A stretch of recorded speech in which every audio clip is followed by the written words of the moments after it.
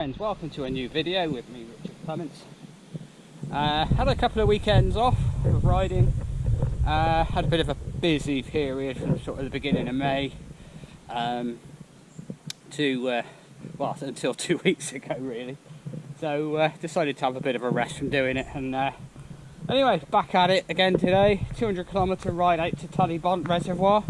I'm on the gravel bike today, and somebody the other week asked a question about what I do with regards to wear and tear with chains and cassettes and things, and you know, keeping it clean and that kind of thing is, you know, the done thing, but also sharing the wear. If you've got more than one bike, try and spread it around a bit. So that's kind of what I'm doing today. There is a little bit of gravel riding at the other end, and yeah, I was a little bit late leaving home. I didn't leave till 9:30. Must admit it was a little bit difficult to get going, but now I'm going, it's fine. And I'm in the lanes between Stone and Thornbury, if you know the area. And I got the 10 miles of the Bourne A road out the way into the headwind before I picked the camera up. So that's where we're at the moment. But yeah, it's been. It's quite good to have a bit of a rest. I'm not really sure what I'm going to do between now and mid-September, because I think I might have told you before that I'm going away for a couple of weeks then. So I want to save me money a bit, and so I'm definitely going to do a 300. And I'll see what takes me fancy between now and sort of the end of October when the clocks change. I won't do anything longer than a 200. I don't plan on doing anything more than a 200. Once the clocks change, I might do the festive 500 again this year. I sort of gave up a bit too easy last year. But, anyway, right, let's crack on. Let's get over the Severn Bridge. It's quite windy today, so not where I'm stood, because I deliberately picked this spot because it was sheltered from the wind.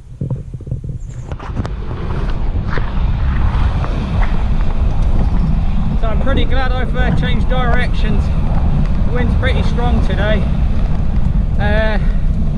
It's coming from my right, left, southwesterly. So the first hour and a bit it's going to make a headwind. Anyway, now I'm on the Severn Bridge, and because I'm vertically challenged, I'm actually sheltered because I'm on the north side of the bridge.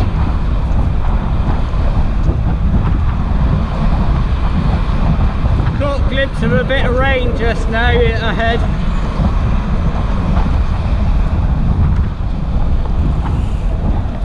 So we'll see what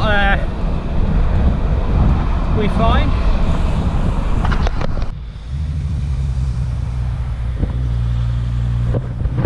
Yes, so as I was saying, so Jack Thurston, author of the Lost Lanes books,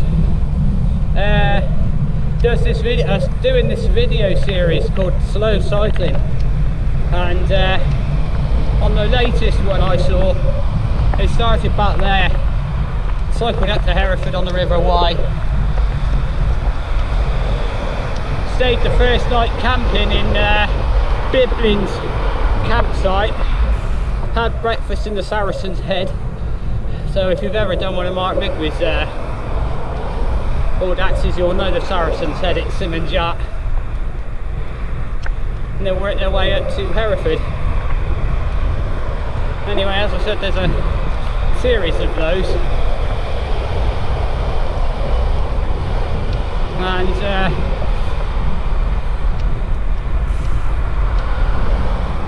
there's a whole host of films with bike packing and that kind of thing. It's worth paying out for a month just to have a look at them, because it's like Mark Beaumont's Round the World attempt. really interesting. Jenny Graham's eastbound, I think that was called. The traffic she had to put up with in Russia was ridiculous.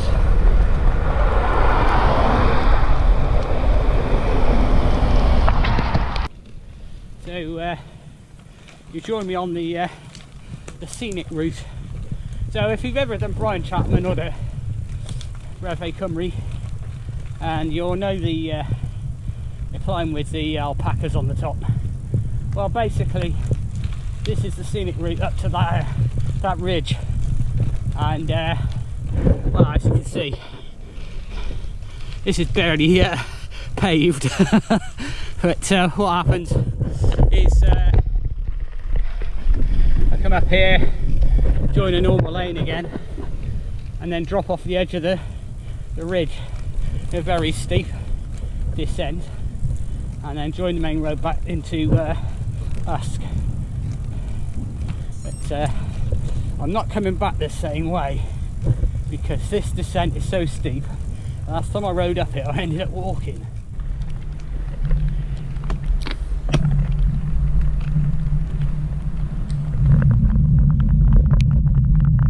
I'm just about to got down the massive descent now. So I'm basically on the top.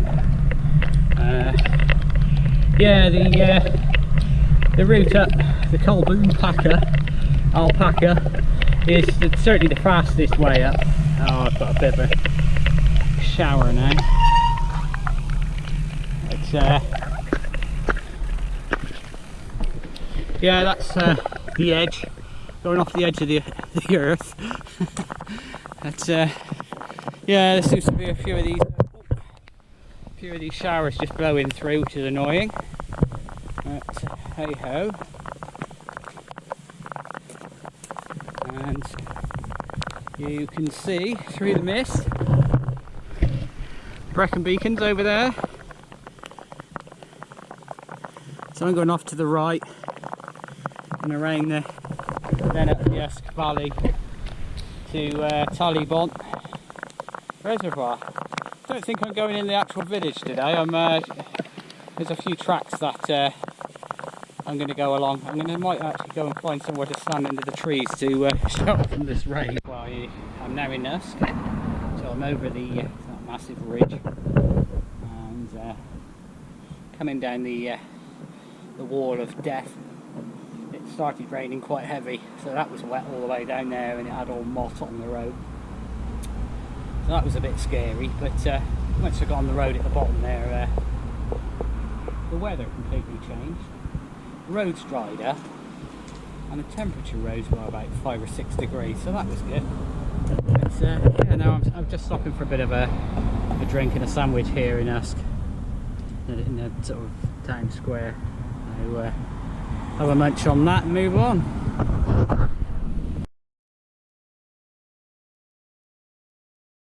So I'm now on the old railway line, or to the butts.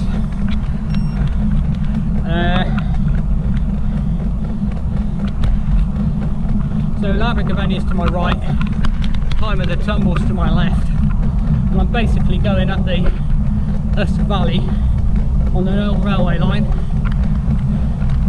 In this direction it is uphill. It's quite a gradient despite it being a railway line.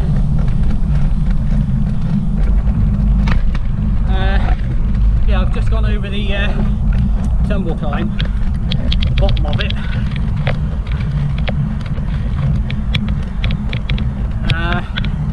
Not going up that way today, thankfully.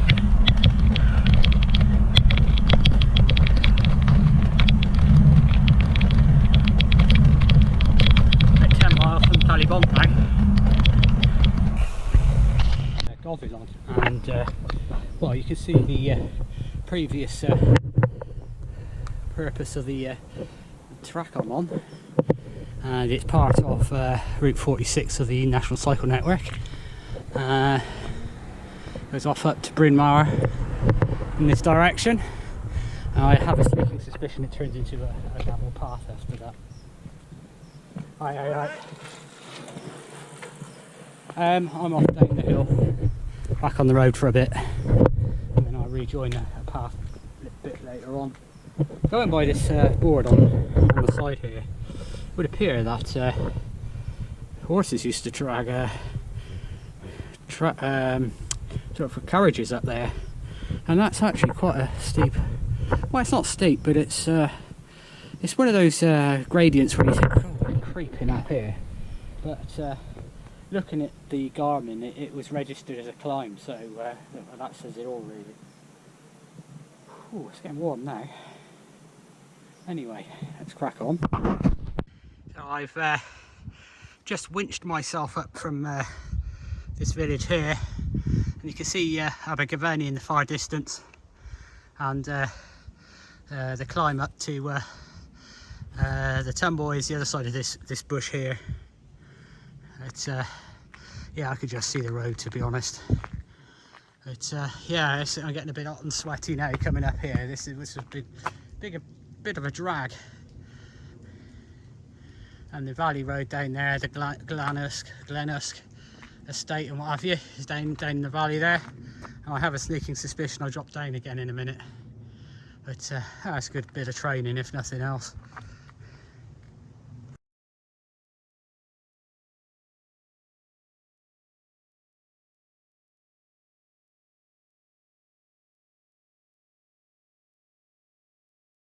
Takes me off the beaten path now, which I was sort of hoping for. Yeah. And it's a little bit overgrown, but this takes me to the reservoir rather than down into Talybont, which is only a couple of miles.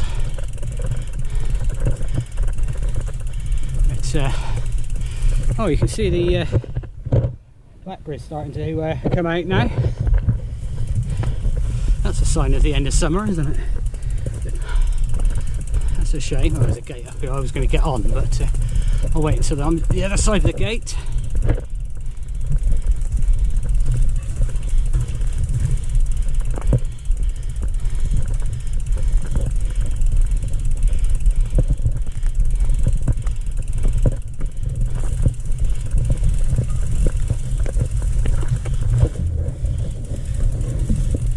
Same spot. You go up through there about 100 metres. It's so overgrown you just can't get through. So I'm going to retrace my steps back to the canal along the canal towpath, then rejoin the road, go into Talybont itself, which has a benefit. There's a shop there that might be open still, and then just go up to the reservoir from there. So here's a site that's familiar to a lot of people. So I came along the road into here, and I've had a piece of cake and a coffee in the cafe there. So I'm just about to go up here, turn left, and start the climb up to the reservoir and rejoin my route.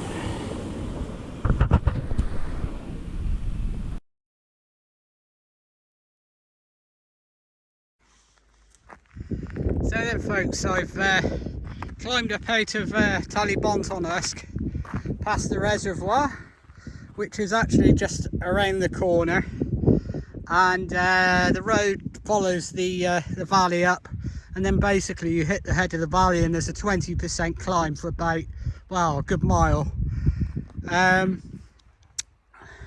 There was a corner just towards the top that was even steeper than that, to be honest, and well, yours truly ended up having to walk it because it was that steep. I kind of had a bit of a moment on some gravel, and that was that. I couldn't get going again, so that was that. I walked up the last sort of 150 metres of the climb.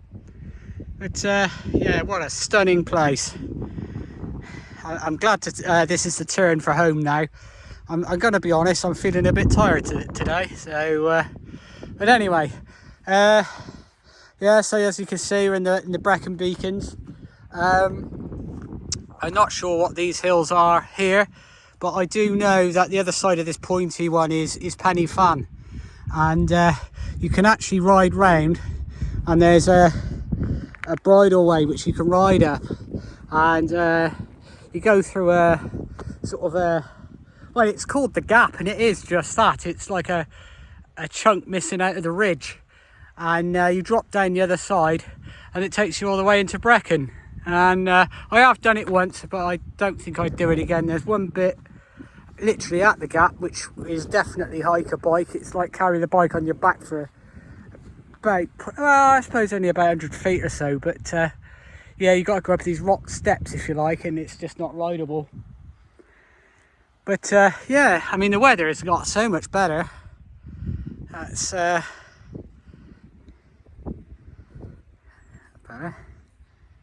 Yeah, but yeah, today the wind has taken it out of me a little bit, I think. I'm not as fit as I was, so I need to take that into account as well. So basically, this track takes me down the valley. You can kind of see it. There's a gap in the trees, and I was going to go over that ridge, but I don't think I'm going to bother because I think it's going to be overgrown like the other one. So I'm going to go back down to the road, down to Talybont on Usk again, and then along the road. So it's not taking a shortcut, it's actually adding distance, but it's just making life easier, really.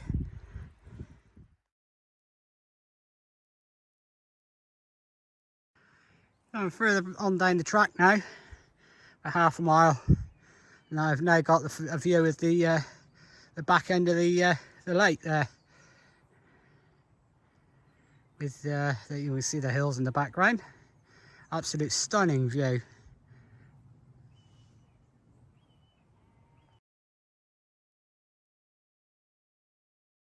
Here we go, folks.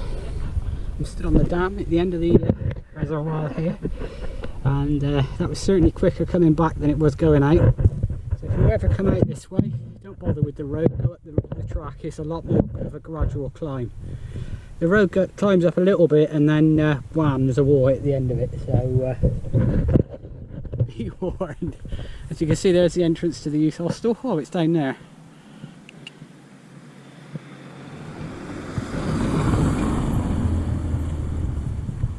So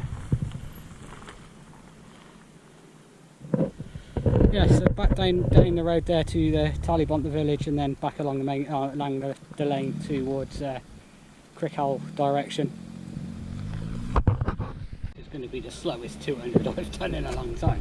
Do I care? No. Managed to pick up a puncture just outside of Talybont. Didn't take too long to sort out. I think it was possibly a pinch puncture on the descent of that track, because there were some quite big stones. But, yeah, so basically the wind's pretty much in my favour now, so I should pick up a bit of time.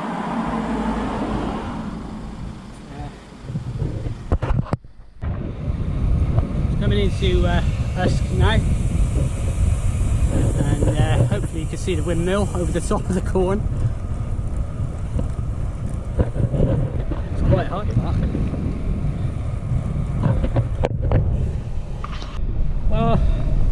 That's the Paso de Alpaca ticked off. Come out, getting me a bit of a weird route into Chepstow, but there you go.